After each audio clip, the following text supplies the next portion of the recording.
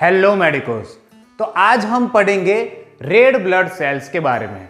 Last lecture में हमने पढ़ा था ब्लड और प्लाज्मा के बारे में। ब्लड में प्लाज्मा और ब्लड सेल्स होते हैं। प्लाज्मा होता है 55% और ब्लड सेल्स होते हैं 45%। ब्लड सेल्स जो 3 प्रकार के हैं, red blood cells, WBCs, white blood cells and platelets. सबसे ज्यादा उसमें होते हैं रेड ब्लड सेल्स, उसके बाद आते हैं प्लेटलेट्स और उसके बाद आता है व्हाइट ब्लड सेल्स। सो रेड ब्लड सेल्स की नॉर्मल वैल्यू क्या है? रेड ब्लड सेल्स की नॉर्मल वैल्यू मेल्स में होती है 4.8 to 5.4 मिलियंस पर क्यूबिक मिलीमीटर ऑफ ब्लड और फीमेल्स में ये होती है 4.0 to 4.8 मिलियंस पर cubic millimetre of blood. Now ये जो रेड ब्लड सेल है उसका शेप कैसा होता है? रेड ब्लड सेल का शेप होता है डम्बेल शेप्ड और it is a biconcave disc like this.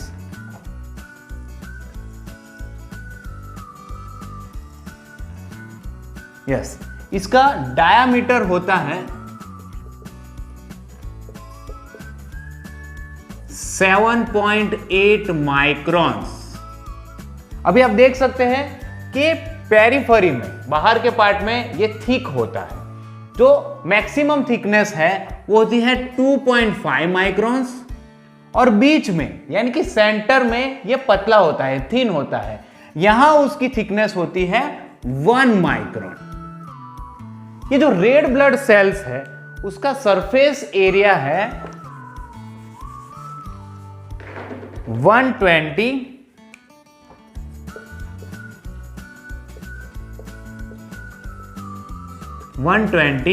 Square microns और इसका वॉल्यूम होता है 90 to 95 क्यूबिक माइक्रॉन्स। सो ये थी primary information regarding the red blood cells. Now ये जो शेप है वो कैसे हमें हेल्प करता है?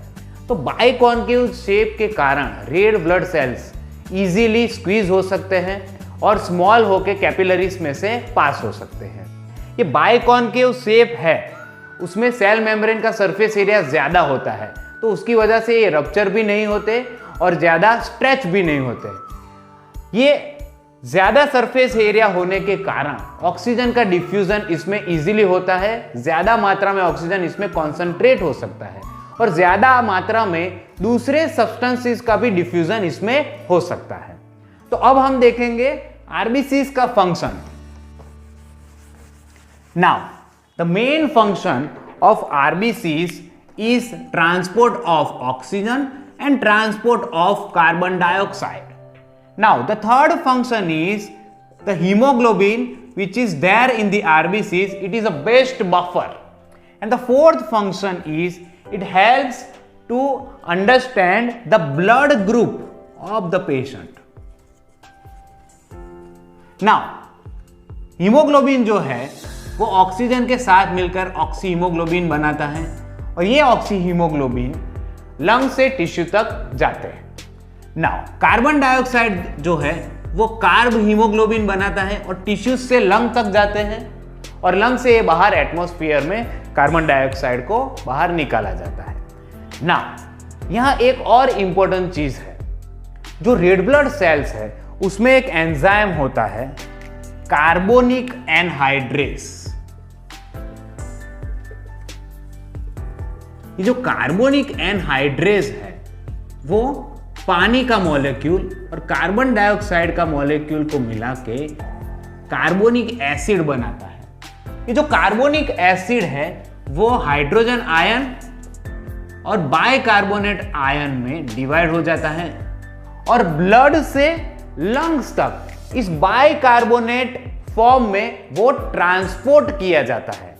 लंग्स में ये फिर से कार्बोनिक एसिड बन जाता है और उसमें से वो कार्बन डाइऑक्साइड और पानी के मॉलिक्यूल में स्प्लिट हो जाता है और ये दोनों मॉलिक्यूल लंग से एटमॉस्फेयर में बाहर निकाल दिए जाते हैं।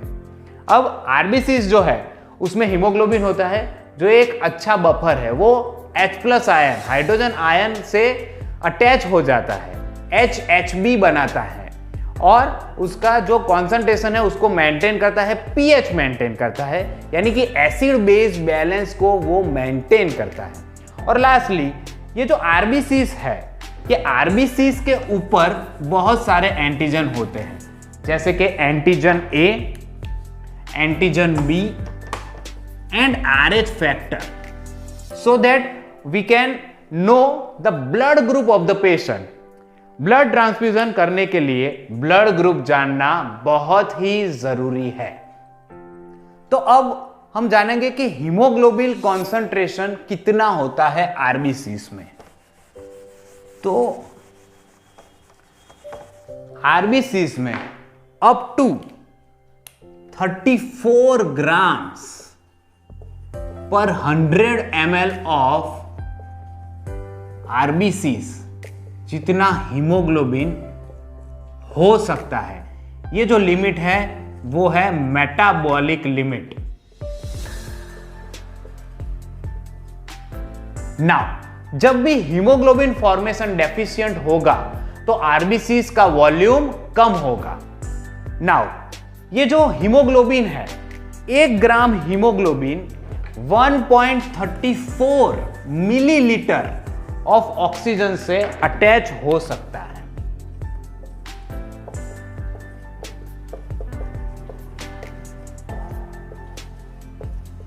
सो मेल्स में ऑलमोस्ट 20 ml जितना ऑक्सीजन और फीमेल्स में ऑलमोस्ट 19 ml जितना ऑक्सीजन से ये अटैच हो सकता है। अगर जो हमने पहले नॉर्मल वैल्यू बताई थी वो नॉर्मल वैल्यू है तो अब हम पढ़ेंगे हीमेटोक्रिट के बारे में। हीमेटोक्रिट क्या है? So it is the percentage of RBCs in blood और the portion of blood which is occupied by RBCs is known as hematocrit और packed cell volume। Now males में ये पैक्ड सेल वॉल्यूम है, उसकी normal value है 42 और females में उसकी नॉर्मल वैल्यू होती है 38। अगर ये पीसीवी कम है उसका मतलब कि आरबीसीज कम है, तो उसकी वजह से एनीमिया हो सकता है। नाउ अगर ये 10 या उससे कम हुई तो वो एक डेंजरस सिचुएशन है। Now normal life span of RBCs averages to 120 days. RBCs averagely 120 days तक रहते हैं। आरबीसीज में न्यूक्लियस नहीं होता, देन एंडोप्लाज्मिक रेटिकुलम नहीं होता, माइटोकॉन्ड्रिया नहीं होता, लेकिन उसमें कुछ ऐसे एंजाइम्स होते हैं जो उसकी प्लायबिलिटी मेंटेन करते हैं, आयन ट्रांसपोर्ट मेंटेन करते हैं, आयन जो है उसको फेरस फॉर्म में रखते हैं और जो प्रोटीन्स है उसका ऑक्सीडेशन नहीं होने देते। जब ये आरबीसीज फ्रजाइल हो जाते हैं तब while passing through the red pulp of spleen, जिसकी कैपिलरीज का डायमीटर होता है ऑलमोस्ट 3 माइक्रोन्स, तब वो रप्चर हो जाते हैं। इसीलिए स्प्लीन को ग्रेवयार्ड ऑफ आरबीसीज कहते हैं। ग्रेवयार्ड ऑफ आरबीसीज कहते हैं। अब जब ये आरबीसीज रप्चर हो जाते हैं तो आरबीसीज से हीमोग्लोबिन वो सिक्रीट होने लगता है।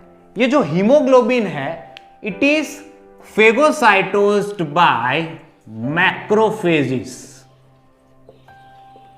इसमें लीवर के जो कुप्फर सेल्स हैं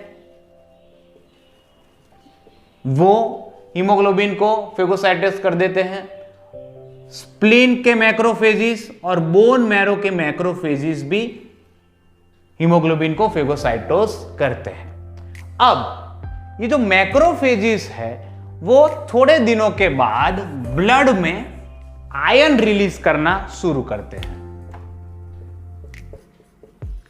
ये जो आयन है वो ट्रांसफेरिन की मदद से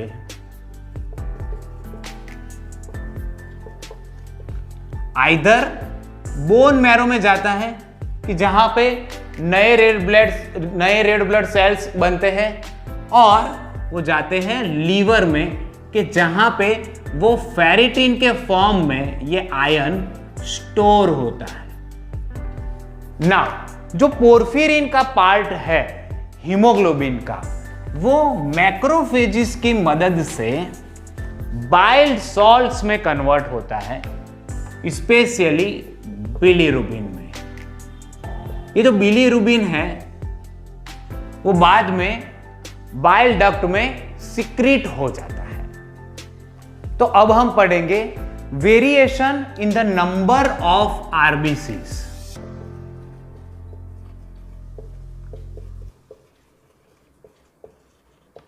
तो सबसे पहले हम देखेंगे increase in the number of RBCs. तो ये इंक्रीज फिजियोलॉजिकल कंडीशंस में हो सकता है या पैथोलॉजिकल कंडीशंस में भी हो सकता है। नाउ फिजियोलॉजिकली कौन कौन सी कंडीशंस में ये होता है? तो at the time of birth the number of RBCs are almost 10 million per cubic millimetre of blood, जो धीरे धीरे उसका नंबर डिक्रीज होना स्टार्ट हो जाता है उसका रप्चर होने के कारण, और एक फिजियोलॉजिकल कंडीशन बनती है जिसको कहते हैं फिजियोलॉजिकल जॉन्डिस। अब बात करते हैं सेक्स या जेंडर। तो जैसे कि हमने देखा मेल्स में हायर होते हैं, फीमेल्स में कम होते हैं। ना at high altitude more than 10,000 feet क्या होता है, ऑक्सीजन का प्रेशर कम हो जाता है कि जिससे हाइपोक्सिया होने लगता है। तब भी फिजियोलॉजिकली आरबीसीज का नंबर बढ़ता है। इसके बाद during exercise, after meals, in psychological conditions, और जब टेम्परेचर इंक्रीज होता है तब आरबीसीज का नंबर बढ़ जाता है। पैथोलॉजिकली इसका नंबर कब बढ़ता है, कब ज्यादा हो जाते हैं? जब भी मायलोप्रोलिफरेटिव डिसऑर्डर जैसे कि मैलिग्नेंसी ऑफ बोन मैरो होता है, तब पैथोलॉजिकली इसकी जो संख्या है वो बढ़ जाती है। इस कंडीशन को कहते हैं पोलीसाइथीमिया। नाउ आरबीसीज का नंबर डिक्रीज कब होता है? आरबीसीज का नंबर फिजियोलॉजिकल और पैथोलॉजिकल कंडीशंस में डिक्रीज होता है। फिजियोलॉजिकली जब बैरोमेट्रिक प्रेशर हाई हो तब आरबीसीज कम होते हैं, जैसे कि इन डीप सी। उसके बाद ड्यूरिंग प्रेगनेंसी जब एक्स्ट्रा सेल्यूलर फ्लूइड बढ़ जाता है तब भी आरबीसीज का नंबर कम होता है, और ड्यूरिंग स्लीप भी वो कम होता है। पैथोलॉजिकली आरबीसीज कब कम होते हैं? जब एनीमिया होता है। एनीमिया एक डिफरेंट पूरा चैप्टर है, वो हम बाद में पढ़ेंगे। ना variation in the size of RBCs. RBCs की साइज में क्या क्या वेरिएशन होते हैं ये अब हम देखेंगे।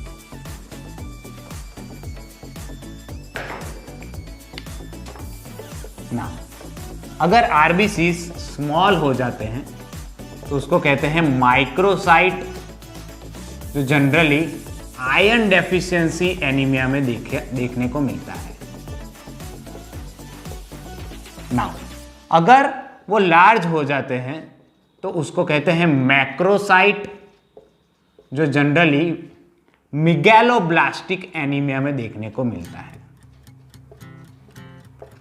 और अगर उसकी साइज चेंज हो जाती है तो उसको कहते हैं एनिसोसाइट्स, जो कि जनरली पर्नीसियस एनीमिया में देखने को मिलता है। तो अब हम पढ़ेंगे variation in the shape of RBC. तो हाइपरटोनिक सलाइन में आरबीसी श्रिंकेज हो जाता है, जिसको कहते हैं क्रीनेशन। हाइपोटोनिक सलाइन में वो ग्लोबुलर शेप का हो जाता है, जिसको कहते हैं स्फीरोसाइटोसिस। सर्टेन एनीमिया में एलिप्टिकल साइज का शेप का हो जाता है, जिसको कहते हैं एलिप्टोसाइटोसिस। देन सीकल सेल में उसका शेप क्रिसेंटिक हो जाता है, जिसको कहते हैं सीकल सेल टाइप। और कई बार सेल मेम्ब्रेन अनयूजुअल शेप का हो जाता है, जैसे कि फ्लास्क शेप, हैमर शेप, जिसको कहते हैं पोइकिलोसाइटोसिस।